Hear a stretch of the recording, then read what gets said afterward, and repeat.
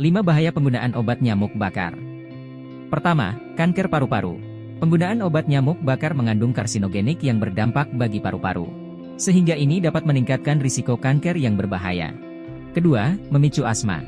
Penggunaan obat nyamuk bakar terlalu sering dapat meningkatkan penyakit asma dan paru obstruktif kronik. Hal ini dikarenakan proses pembakaran dapat menyebabkan serangan asma, pernapasan, hingga batuk. Ketiga, menyebabkan sakit kepala. Zat-zat yang terdapat di obat nyamuk bakar ini dapat menyebabkan sakit kepala. Ada sebagian besar orang yang menderita penyakit ini setelah membakar obat tersebut. Keempat, menyebabkan ruam kulit dan alergi. Zat logam yang ada di obat nyamuk bakar dapat menyebabkan ruam kulit dan alergi. Karena itu, berhati-hatilah saat menggunakan obat pembasmi nyamuk bakar. Kelima, dapat membahayakan anak-anak. Obat nyamuk bakar mengandung beberapa bahan kimia yang tidak aman untuk dihirup. Dan ini tidak hanya membahayakan Anda saja, tetapi juga berdampak pada pernafasan anak-anak.